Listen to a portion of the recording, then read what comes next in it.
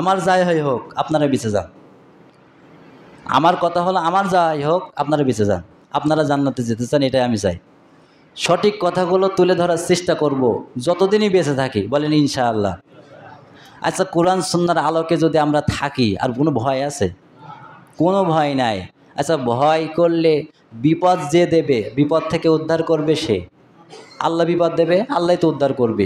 তা আল্লাহ ছাড়া কি আমরা কাউকে মানি? বলেন মানি? তাহলে যে দলে কোরআন নাই সে দলের প্রতিষ্ঠাতা যদি আমার বাপও হয় সেখানে যাব না। বলেন বলেন। যে দলের নেতার দিকে আগে তাকাবেন। নেতার আনুগত্য করা ফরজ। নেতার আনুগত্য করা কি? এটা কোরআনে নাই? আল্লাহ তাআলা বলেছেন, ইয়া আইয়ুহাল্লাযীনা আমানু আতিউল্লাহ ওয়া আতিউর রাসূল ওয়া উলিল আমরি মিনকুম। এখানে আর কারো কথা বলে নাই, শুধুমাত্র ঈমানদারদের কথা বলেছে, যারা যারা সরাসরি আল্লাহর সাথে সম্পর্ক আছে। এই আয়াতটা কিন্তু সবার জন্য না। সবার জন্য? আল্লাহ বলছে ইয়া আইয়ুহাল্লাযীনা আমানু, আমার ভাষায় যারা ঈমানদার, যারা আমি আল্লাহর সঙ্গে সাক্ষাৎ হয়, অনেকে স্বপ্ন দেখে, অনেকে আল্লাহর সাথে মহব্বত হয়, আল্লাহর কথা শুনলে হৃদয়টা প্রকম্পিত হয়ে যায়, বড় হয়ে যায়।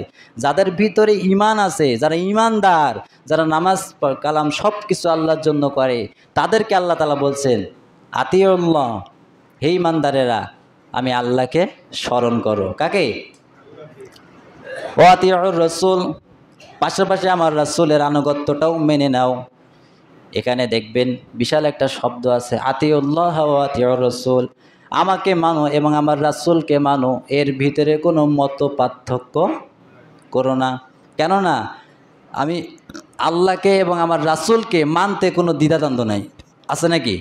এখানে কোনো এই বিপক্ষ যে একটা লাইন দাঁড় করাবেন, কোনো সম্ভাবনা নাই। মানতেই হবে, আপনাকে ভালো লাগুক আর না লাগুক, আল্লাহর আদেশ রাসূলের আদেশ এটা আমাদের মেনে নিতেই হবে, এ কোনো দ্বিমত নাই। পেছন করা যাবে?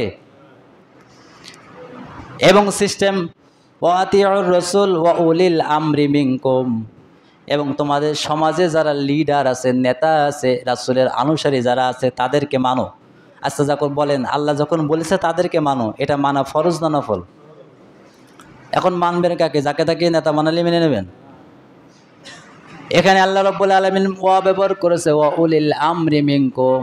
ওই নেতাকে দেখো, ওই নেতাকে মানার আগে তোমার মাথা আমি ব্রেন দিয়েছি, ব্রেনটা খাটাও। তোমাকে আমি ব্রেন দিয়েছি, তুমি ভাবো ওই নেতাকে মানার আগে দেখো আল্লাহ এবং তার রাসূলের আদর্শ মেনে চলে কিনা।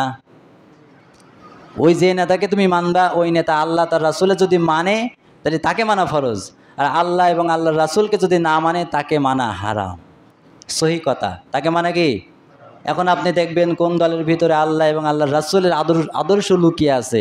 এই যে আমাদের প্রথম পয়েন্ট ছিল, আমার রাসূলের আচরণ বলা সম্ভব না, তবে আয়াতটা বলে দিচ্ছে, আপনার বাড়িতে মিলিয়ে নেবেন, আমি এখন আর বলবো না। আয়াতটা বলে দিচ্ছে সূরা আলে ইমরান 159 নম্বর আয়াত। আল্লাহ রাসূলের আদর্শ কেমন ছিল, আর আল্লাহর রাসূলের আদর্শের পরে বর্তমান সমাজে যত দল আছে, আপনি প্রত্যেক দলের নেতাদের সঙ্গে মিলিয়ে দেখবেন কাদের দলের নেতার আদর্শ তেমন। রাসূলুল্লাহর সাথে যাদের মিলবে তাদের দলের অনুসরণ করা, সাপোর্ট করা, ভোট দেওয়া আপনার জন্য জায়েজ। আর তাছাড়া যদি অন্য কাউকে দেন হারাম, আর মরার সময় পড়বেন মুনাফিক হয়ে। আয়াত নাম্বার আমি আবার বলছি, কেউ যেন সমালোচনা করবেন না। 159 নম্বর আয়াত সূরা আলে ইমরানের। কেউ যদি না বোঝেন আমি এখানেই থাকবো, আমার কাছে আসবেন, আমি সুন্দর করে বুঝাই দেবো আল্লাহ রাসূলের আদর্শ কেমন ছিল, আচরণ কেমন ছিল, আর বর্তমান প্রেক্ষিতে কোন নেতার আচরণ তার সাথে মিশে যায় তাকে আমি মানব, কেউ না মানলে আমি মানবো ইনশাআল্লাহ। আল্লাহ কবুল করুক, বলেন আমিন। আখিরি দাওয়ানা আলহামদুলিল্লাহি রাব্বিল আলামিন। আসসালামু আলাইকুম ওয়া রাহমাতুল্লাহ।